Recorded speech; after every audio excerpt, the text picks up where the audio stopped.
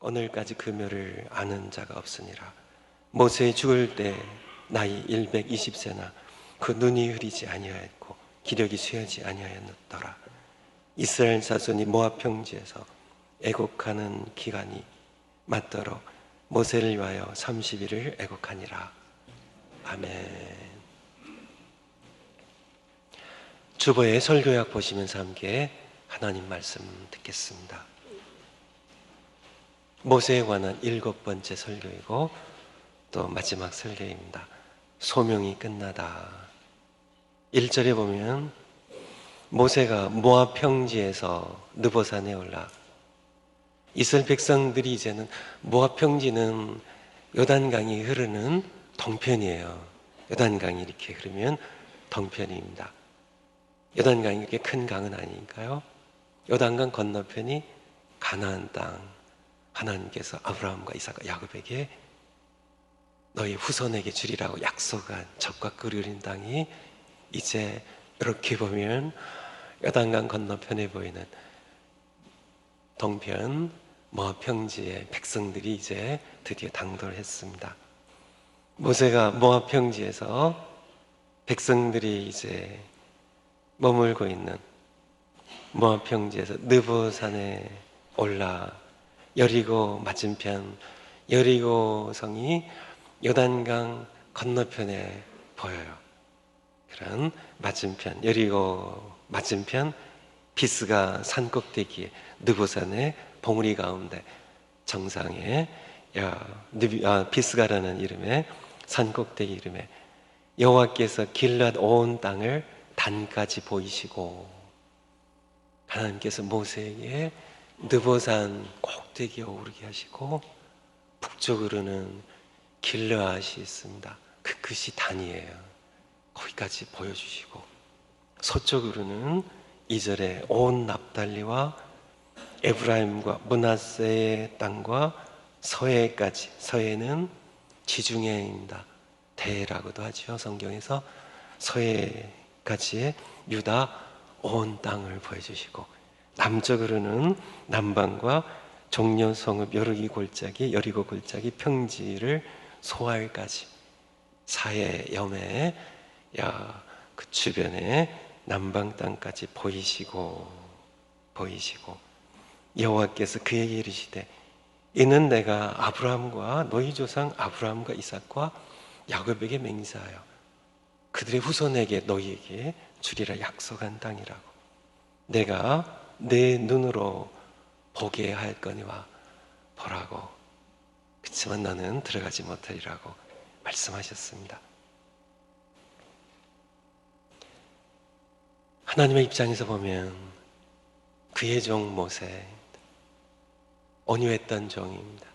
믿음의 종입니다. 그의 모세가 이제 땅에서의 마지막 시간을 보내요. 그냥 데려가실 수 있는데요, 그냥 데려가시지 않고 산 꼭대기에 오르게 하세요. 그래서 북쪽을 단까지 보게 하시고 서쪽을 지중해가 있는 그 지역에 있는 모든 지파들의 땅을 보게 하시고 남쪽으로는 소알까지 보게 하시고. 왜 동쪽은 보게 하지 않으셨을까요? 그쪽은 사막 광야예요. 사람들이 살지 않아. 그래서 그쪽은 약속한 땅이 아니기 때문에요. 북으로 서로 남으로 다 보여주신 하나님. 모세 입장에서 보면 감개가 무량했을 것이고요. 이제 120년을 땅에서의 삶을 마무리하는 마지막 시간이에요. 자신의 삶을 정리하고 죽어야 되는 마지막 시간입니다.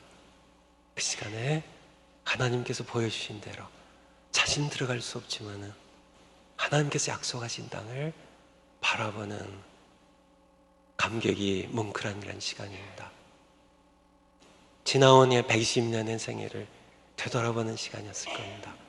이제 마지막 땅에서의 시간을 보내면서 이집트의 노예의 아들로 태어났습니다. 그가 이집트 애굽의 바로의 왕의 딸의 아들로 입양됩니다.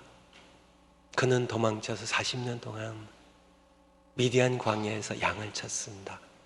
80세 된 그의 어느 날 하나님께서는 시내산에서 호렙산에서 그를 찾아오셨습니다. 모세야, 모세야, 내가 선 땅은 거룩한 땅이니 내 발에서 신을 벗으라고 내가 보았다고.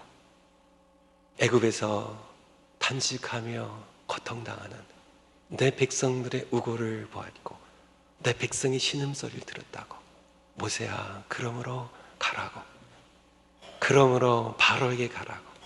내 백성의 이스라엘을 애굽에서 이끌어내라고. 그는 버티고 버텼지만은 하나님께서 더 강하셨기 때문에 그는 애굽으로 바로에게 갑니다.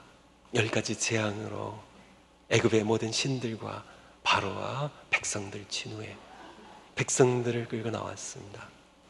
죽어가는 바로의 군대 앞에, 두렵고 떠는 백성들 앞에 하나님께서는 홍해를 가르셨고, 참 그 장엄한 구원의 광경을 그는 바로 백성들과 함께 체험하는 그런 역사를 그가 통과해 왔고요. 그것이 끝난 줄 알았지만은 그것이 끝이 아니었습니다. 40년 동안 지긋지긋하게 말 듣지 아니하는 백성들, 차라리 내가 양을 치는 게 낫지. 정말 백성들 끊임없이 불평하고 완망하고 말 듣지 않고 참 애굽으로 돌아간다고 무슨 아우성을 치고 그렇게 불순종하는 이 백성들과 함께 광야의 길을 40년을 지나서요, 드디어 이제 바로 약속의 땅이 뻔히 바라다 보이는 요단강 동편 모압 평지까지 이르는 겁니다. 이제 그에게 보여주시는 이 참 약속의 땅들 바라보면서 그는 자신들을 되돌아보며 자신의 생애를, 지난 생애를 되돌아보며 하나님의 은혜를 회상했을 것입니다. 5절부터 6절까지 보면 이에 여호와의 종 모세가 여호와의 말씀대로 모압 땅에서 죽어 벳볼 맞은편 모압 땅에 있는 골짜기에 장사되었고, 모세가 죽었습니다. 하나님께서 그를 더 나은 번영으로 부르셨습니다. 하나님께서 이 땅에 부르셨던 믿음의 사람, 기도의 사람, 온유한 사람, 모두 설교 제목이었죠. 모세가 120년간의 땅에서의 나그네 삶을 끝내고 하늘에 있는 더 나은 번향으로 불려 올라가게 됩니다. 히브리서 11장 13절부터 보면 믿음의 사람들은 이 땅에서 외국인과 나그네로 산다고, 그가 태어나고 자랐던 번향을 생각하였다면 번향으로 찾아갈 수도 있겠지만 모세도 애굽에서 태어났습니다. 애굽에 갈 수 있었겠지만 애굽으로 가지 않았어요. 하나님께서 예비하신 더 나은 번향, 하늘에 있는 번향으로 하나님께서 불러가셨던 겁니다. 여러분들도 마찬가지죠. 땅에서는 나그네로 살아가십니다. 언젠가는 하나님께서 더 나은 번향, 하늘에 있는 영원한 번향으로 모세를 부르셨던 것처럼 믿음의 사람인 여러분들도 불러가실 겁니다. 세 번째, 7절 보면 모세가 죽을 때 나이 120세나 그 눈이 흐리지 아니하였고 기력이 쇠하지 아니하였더라. 이 말씀 읽으면서요, 아니 그러면 왜 모세가 죽었어? 하는 생각입니다. 아니 왜 모세가 죽었어요? 아니 병들어 죽은 것도 아니고요, 기력이 쇠서 죽은 것도 아니고, 모세는 죽을 이유가 없습니다. 죽을 이유가 없어요. 왜 죽었어요? 모세는 기력이 쇠서 죽은 게 아닙니다. 소명이 끝났기 때문에 죽었어요. 소명이 끝나서 죽었어요. 하나님께서 출애굽기 3장에 보면 모세에 관한 두 번째 설교의 내용이죠. 모세를 만나셨습니다. 모세를 부르셨습니다. 소명을 주셨어요. 내 백성에 내 백성을 애굽에서 우상의 땅입니다. 죄악의 땅입니다. 노예 생활의 땅입니다. 거기서 내 백성을 이끌어내라고. 그래서 이 산에서 내가 너를 만난 이 호렙산 시내산에서 나를 예비하게 하라고. 이 바로 하나님께서 모세에게 주신 소명이었습니다. 가나안 땅에 들어가는 것은 모세 다음 세대에게 주신 소명이고요. 가나안 땅에 들어갈 준비를 하도록 거기까지가 모세 소명이었어요. 하나님 말씀하십니다. 너의 소명 끝났다고. 내가 이 땅에 머물러야 했을 이유가 없어졌다고. 이제 내게로 오라고. 바로 모세 죽음입니다. 네 번째, 이 말씀에 비추어 본다면 사람들을 세 부류로 나눌 수 있습니다. 첫 번째 부류의 사람들, 무엇을 따라 사는 사람들일까요? 이것을 따라 살면 성공도 하고요, 지위와 돈과 명예를 얻기도 하지만 결국 좌절과 고통과 허무 속에 생이 끝나버리고 말입니다. 무엇을 따라 사는 사람일까요? 무엇이요? 욕망을 따라 사는 사람입니다. 욕망입니다. 야망입니다. 욕망을 따라 강하고 집착이 강한 사람들, 욕망을 따라 사는 사람들은 성공하기 쉬워요. 지위도 높을 수가 있어요. 많은 그런 재물도 얻을 수 있어요. 하지만은 결국은 고통의 허무의 삶입니다. 두 번째 부류의 사람들은요, 무엇을 따라 사는 사람들일까요? 표류하는 인생입니다. 착한 사람이 될 수 있지만 마찬가지로 헛되고 의미 없는 생을 살다가 가게 됩니다. 어떤 사람일까요? 세월 따라 사는 사람. 맞습니다. 세월 따라 사는 사람이 인생 다 그렇지 뭐 하면서 세월 흘러가는 대로 그저 얻게 되는 그냥 잡에서 그냥 그려 살아가는 겁니다. 형편된 대로 잘 먹고 그냥 잘 살다가 그냥 가는 것. 세월 따라 산 사람들입니다. 세 번째 부류는요, 모세처럼 산 사람인데 소명 따라 산 사람입니다. 소명 따라 산 사람입니다. 솔직히 볼 때 나는 세 부류 중 어디에 속하는가? 1, 2, 3이 있습니다. 여러분이 하셔야 돼요. 표시를 동그라미 해야 됩니다. 지난 생애 동안 뭘 위해 살아오셨어요? 뭘 따라 살아오셨어요? 여러분들이 무엇을 따라 살아오셨는지, 그냥 세월 따라 흘러오는 대로 살아오셨나요?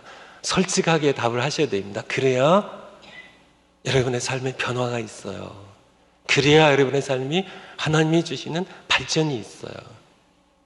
욕망이에요. 욕심대로 정말 욕망이 강해가지고 나는 정말 한번 이 세상 한번 멋지게 한번 내가 한번 성공 한번 해요.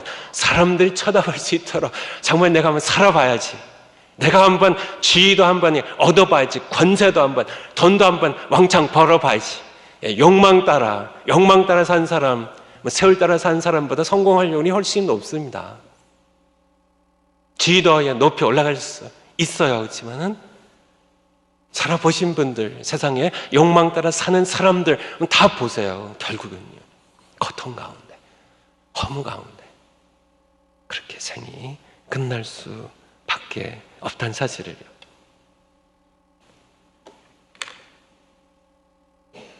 제가 펜으로 태어났습니다. 다만 펜의 소명은 뭐예요? 글 쓰는 겁니다. 다 깎여서 몽당 연필이 되고 다 없어질 때까지. 볼펜도 있네. 잉크가 닿을 때까지 우리가 살아가야 되는 것. 다섯 번째요, 소명을 따라 살고 소명이 끝나서 죽는 사람은 복이 있다. 나는 그것을 위해 살고 그것을 위해 죽을 소명을 부를 소자 목숨 명자입니다. 정말 목숨을 다해 살고 죽을 소명을 발견하였는가? 나를 찾아오신 하나님 만나라.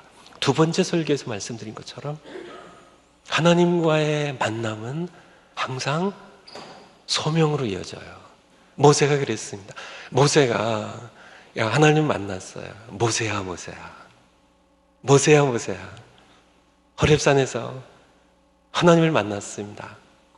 그리고요, 좋다 하고, 이제 신나게 살아야지, 잘 먹고 잘 살았나, 그게 아니고요, 항상 소명으로 여자요. 모세야, 그러므로 가라고, 내 백성을 이끌어내라고. 제자들, 예수님이 마태복음 4장에 보면 만나죠. 제자들을 만났습니다. 어떻게 하세요? 소명으로 여자요.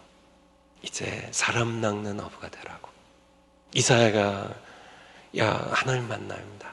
나를 위해 가라고. 내가 누구를 보내냐고. 내가 여기 있는데 나를 보내셔서 가라고. 항상 하나님과의 모든 만남은 소명으로 이어집니다. 사실은 그것을 위해 하나님께서 나를 이 땅에 태어나게 하셨어요. 내가 태어난 이유입니다. 하나님께서 지금까지 나를 훈련시키셨어요. 그 소명을 위해 나를 사용하시려고요. 난 그것을 위해 태어났고 그것을 위해 준비된 그릇입니다. 자면 그것을 위해 나는 살아야 되고 그것을 위해 죽어야 돼요. 자면 죽을 때까지 나는 그 소명을 추구해야 되는 그 소명에 대한 말씀입니다. 그 소명을 깨달을 때 비로소 내가 누구인지 알게 된다는 것입니다. 왜냐하면 소명이 나의 정체성을 결정하기 때문입니다. 펜이 있습니다. 이 펜이 글을 안 써요. 그 따분하고 힘들게 그거 그런 펜일 수 없다는 거예요. 찬양대 보셨죠? 이런 옷 입고 싶으세요? 옷입니다. 예쁜 옷이에요. 예쁜 옷이에요. 펜이 아무리 예쁜 옷을 입었다고 해도 어울리지 않습니다. 소명이 아니니까요. 여기에 이게 사각모예요. 저온 내양 나와서요. 이게 뭘까요? 좋은 의자입니다. 높은 주에 올랐어요. 펜이 딱 여기 앉았습니다. 복 있는 삶을 산 건가요? 그리고 죽었어요. 잉크는 하나도 안 쓰고요. 그게 아니고요. 펜이 그냥 펜이 아닙니다. 펜은 글을 써야 되는 소명을 발견할 때, 그래서 잉크가 다 될 때까지 글을 쓸 때에 비로소 펜인 겁니다. 소명이 정체성을 발견케 해주는, 제가 박스에 넣었는데요. 여러분 놀라실까봐 칼이 있어요. 칼이 무슨 어디에 있든지 사실은 칼이 칼 되는 건 아니고요. 과일을 깎고요, 채소를 자르고요. 소명이에요. 참 소명을 칼이 아닙니다. 소명을 발견하고 깎고 채소를 자를 때, 그 소명을 깨닫고 그것을 행할 때 비로소 칼이 될 수 있다는 겁니다. 여러분도 소명을 발견하지 못한다면 칼이 엉뚱하게 파티장에 가 있고요, 펜이요, 연필이요, 다 다를 때까지 글을 쓰다 가는 것이 아니라 좋은 자리에 앉아 있다고 전혀 쓰지는 않고요, 팽팽하게 살다가 하나님 앞에 간다고 하면 허무한 인생을 사는 것이 된다는 그런 말씀을 드린 겁니다. 저는 그런 생각을 해봤습니다. 제가 사업가가 됐다면 제가 성공했을 것 같으세요? 아니면 벌써 실업자가 돼가지고 그랬을 것 같으세요? 제가 저를 생각해보니까 어쩌면은 돈도 꽤나 벌었을 수 있을 것 같기도 한데, 다시 생각해보면 그런 건 아닌 것 같아요. 제가 이게 학교 다닐 때나 이렇게 회사 잠깐 다녔는데요, 사람들이 유별나게 저에게 돈 끌어오는 친구들이 많았어요. 그리고는 갚을 생각들을 안 해요. 저한테 꼭 하면. 저도 그런 것 이렇게 신경 안 쓰고 사니까요. 아마 쫄딱 망하지 않았을까 싶어요. 지금도 제 돈 꼬가고 안 갚은 사람들이 지금 벌겋게 살아 숨쉬는 분들이 아마 많이 있을 겁니다, 한국에. 제가 20여 년 전에 갈림길에 있었어요. 교수 공부 유학 와서 공부 중이었으니까 교수가 될지 목회자가 될지 그 갈림길에 제가 하나님의 인도하심 때문에 목회자의 길에 들어서게 됐는데 저희 마음 가운데 내 소명이 사업가가 아니라 내 소명이 교수가 아니라 목회자라는 이 사실을 깨달았을 때 제 마음 가운데 오는 이 안도감, 이 평안함, 이 감격, 참, 맞아. 하나님께서는 나를 목회자로 설교자로 쓰시기 위하여 날 태어나게 하셨고 나를 지금까지 훈련시키셨고 내가 살아야 하는 이유는 목회자이고 내가 작년 설교자의 사명이 끝나는 그 시간 나는 이 땅에 살 이유가 없어진다는 사실을 내가 깨달았을 때 저의 마음 가운데 그 뭉클하는 감격, 그 환희, 그 기쁨, 비로소 내가 칼이 아니라요, 연필이 아니라요, 칫솔이 아니라 내가 목회자라는 사실을, 내가 설교자라는 사실을 발견했을 때 어떻게 나 같은 거를 참 말도 못하고요, 더듬고 표현력도 시원찮은 어떻게 나 같은 거를 설교자를 부르셨는지 그건 이해가 되진 않지만은 나를 설교자로 부르셨다는 그 소명을 제가 깨달았을 때 맞아.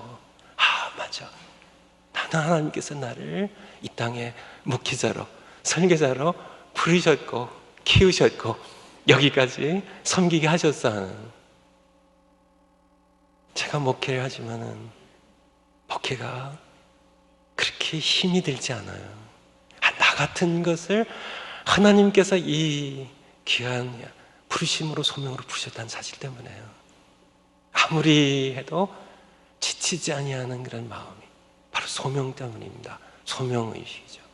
여러분은 어떠신가요? 여러분은 어떠신가요? 여러분의 소명을 깨닫지 못한다면 여러분이 누구인지 모릅니다. 왜냐하면 내가 그것을 위해 태어났거든요. 내가 그것을 위해 지금까지 훈련받았거든요. 내가 그것을 위해 내가 살아있거든요. 내가 이 땅에 살아있는 이유이거든요. 그것을 모르는데요. 칼이 자기가 자르고 깎는 그런 소명을 모르는 채 어떻게 칼이 될 수가 있겠어요? 펜이 쓰지를 않는데요. 잉크가 멀쩡하게 그냥 남아있는데 여전히 그런데 자기의 소명을 알지 못한 채 여기저기 기웃하면서 있다면 그것이 어떻게 펜일 수 있겠어요? 자기의 정체성, 아이덴티티가 무엇이냐는 것이죠. 내 것을 위해 태어나느냐, 그것을 위해 내가 살아있어야 하는 이유에 관한 그런 말씀을 드린 겁니다. 6번째, 우리는 모두 부르심을 받은 자들입니다. 모세는 특별하니까. 아니에요. 여러분도 모두 특별합니다. 하나님께는 여러분 모두 전부 이 모양 저 모양의 각양각색의 크고 작은 소명들이 있지만요. 자동차도 있고요. 조그만 그런 주머니, 호주머니 칼도 있고요. 몽당 연필도 있고, 다양한 그런 수많은 그런 부르심으로 여러분을 이 땅에 태어나게 하셨어요. 하나님의 영광을 위해 살아갈 수 있는 그런 부르심으로 이 땅에 하나님께서 여러분을 불러내셨습니다. 여러분들이 모두 모세처럼 부르심을 받은 자들임을, 사도들처럼요, 모두 부르심을 받은 다윗처럼요, 엘리야처럼, 이사야처럼 모두 부르심을 받은 그런 사람들임을, 여러분들은 이 땅에 우연히 던져진, 목적 없이 던져진 살덩어리가 아니라 하나님께서 분명한 계획을 가지고, 참 분명한 하나님의 소명을 가지고, 부여하실 소명을 가지고 여러분 이 땅에 태어나게 하신 모두 부름받은 특별한 소명자들임을 말씀을 드립니다. 소명을 따라 오늘, 괄호 안에 오늘, 그리고 죽는 날까지, 소명이 끝난 날까지 살아가셔야만 합니다. 찬송가 중에 제가 신학교 다닐 때 가장 많이 불렀던 찬송인데 신학교 졸업한 다음에 가장 잘 안 부른 찬송이 몇 장인지 아세요? 355장입니다. 부름받아 나서님입니다. 신학교 다닐 때요, 무슨, 뭐 경건의 예배, 예배가 많으니까. 열이면 5 이상은 부름받아 나서님을 참 많이 했어요. 부름받아 나서님입니다. 부름받아, 소명에 관한 겁니다. 부름받아 나서님은. 신학교 막상 딱 졸업하니까요, 제가 하나님 앞에 철이 조금 나서요, 창피해서 못 부르겠더라고요, 이 찬송을. 부름받아 나서님은 어디든지 가오리다. 졸업하고 보니까요, 어디든지 가던 사람들이 전부 좋은 자리 찾아서 가려고 그냥들 노력을 하는데, 이게 아닌 것 같더라고요. 전기 영광 모든 것에 주님 홀로 받으소서. 멸시 천대 십자가는 제가 지고 가오리다. 그렇게 뻔뻔스럽게 하나님 앞에 입으로 찬송을 그렇게 잘 드렸는데요, 정말 졸업하고 보니까 그것이 아니에요. 조금만 모욕을 당하면 그냥 얼굴이 빨개지고 그냥 그냥 떨고 분을 사귀지 못해서 하는 그런 우리의 모습을 보면서요, 창피해갖고 못 부르겠더라고요. 근데 오늘 설교 끝난 다음에 355장 찬송합니다. 아시나요? 최고예요. 우리는 모두 부름받아 나서니 몸이에요. 부름받아 나서니 몸입니다. 여러분 모두는 부름받아 이 땅에 태어났어요. 어디든지 가시겠나요? 악월걸작 빈들에도 가시겠나요? 멸시천대 십자가를 지고 가시겠나요? 이름 없이 빛도 없이 그렇게 가시겠나요? 7번째, 소명 따라 살기입니다.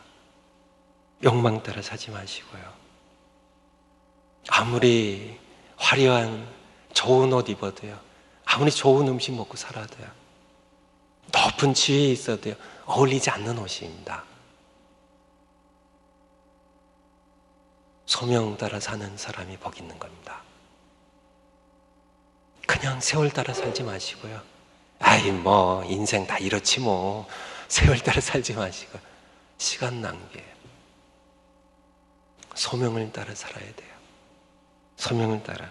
첫 번째 숙제는요, 모세처럼 산꼭대기에 올라가서요, 땅을 내려다보며 내가 지나온 일생을 회상하고 감사일기 쓰기입니다. 명심해서 실천하시기 바라요. 산꼭대기에 올라가서요, 목사님 나는 몸이 불편해서 바빠서, 정 그러시면은 조금만 동산에도 올라가시고요, 동산도 안 되면 지붕이라도 올라가세요. 서서 내려다보시고, 모세가 느보산에 올라갔어요. 120세의 모세가요, 120세의 모세가 느보산에 올라가서, 느보산의 맨 꼭대기인 비스가 산 정상에 올라가서 하나님 주신 약속의 땅, 이제 후손들이 들어가서 누릴 땅을 바라보며, 여러분들의 후손이 누릴 이 땅을 내려다보며 지난 세월들을 회상해 보시기 바라요. 여러분의 삶의 발자취들을, 내가 어디에서 태어나가지고 모세처럼 애굽에서 잠시 노예 아들로 태어나가지고 이렇게 살아서 여기까지 왔지. 감사일기 써보는 겁니다. 그리고 소명을 생각하는 거죠. 두 번째, 나를 찾아오신 하나님을 만나고 나의 소명을 찾기. 모세처럼, 그리고 모세처럼 마지막까지 소명을 따라 살고 소명이 끝나서 죽기입니다. 제가 2주 조금 더 전에 양로원을 방문했습니다. 제가 참 학생 시절에도 그랬고요, 또 목회할 때도 그렇고 양로원을 참 많이 방문했습니다. 그런데 양로원은 조금 특별한 게 있어요. 양로원은 아무리 조명을 환하게 켜도 어두운 곳이 양로원입니다. 조명하고 상관이 없어요. 한번 가보세요. 아무리 불을 아무리 많이 환하게 켜놔도 사망의 그늘진 땅이에요. 한이 어린 것이고 절망이 깊이 잠겨진 땅, 체념과 원망과 후회로 가득 차 있는 길 아니에요. 그곳이기 때문에 한번 가보세요. 거기 가보면 대량 얘기를 드려서요, 절반은 침대에 계세요. 침대에 계신 분들의 대략 절반은 한없이 주무십니다. 밤낮이고 주무세요. 나머지 분들 가운데 어떤 분들은 괴로우신 것 같아요. 소리를 지르십니다. 깨어있는 동안 1시간이고 2시간이고 3시간이고 소리를 지르세요. 슬픈 것은 아무도 귀를 기울여 들어주지 않는다는 사실입니다. 나머지 분들은 깨어 계시긴 깨어 계셔도 눈동자가 풀려 계세요. 멍하니. 나머지 침대에 계시지 않고 나머지 절반 분들은 대부분 TV 앞에 계십니다. 근데 TV 앞에 계신 분들의 절반 이상은 졸고 계세요. 그 나머지 분들도 멍하니 바라보지만은 TV를 귀 기울여 재밌게 보시는 분은 제가 보기엔 거의 없어요. 유일한 출구는 죽음입니다. 양로원에서 유일한 출구는 죽어야 거길 나가요. 이것이 바로 오늘날 현대인들의 종착역입니다. 저도 여러분도 일반적으로 얘기해서는 양로원이 종착역이에요. 거기에서 무료하게 몸을 비틀며 죽음을 기다리며 그렇게 따분하게 무료하게 그렇게 시간을 죽이며 살다가 죽어서 끝난 인생. 제가 요번에 2주 전에 방문했을 때는 제 마음 가운데 소리를 지르고 싶더라고요. 소리를 지르고 싶더라고요. 하나님, 나는 이렇게 살고 싶지 않아요.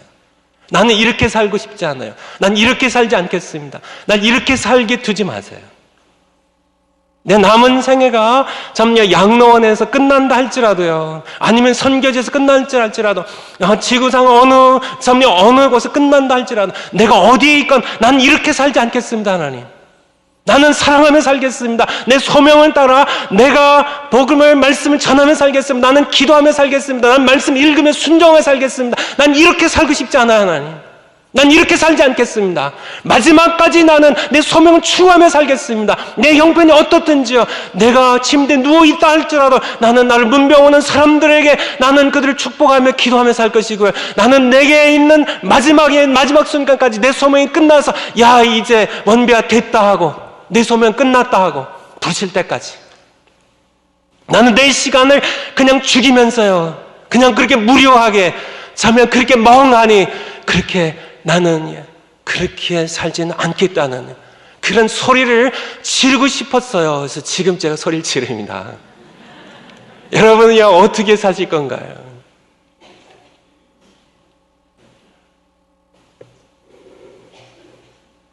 마찬가지입니다. 여러분들, 여러분이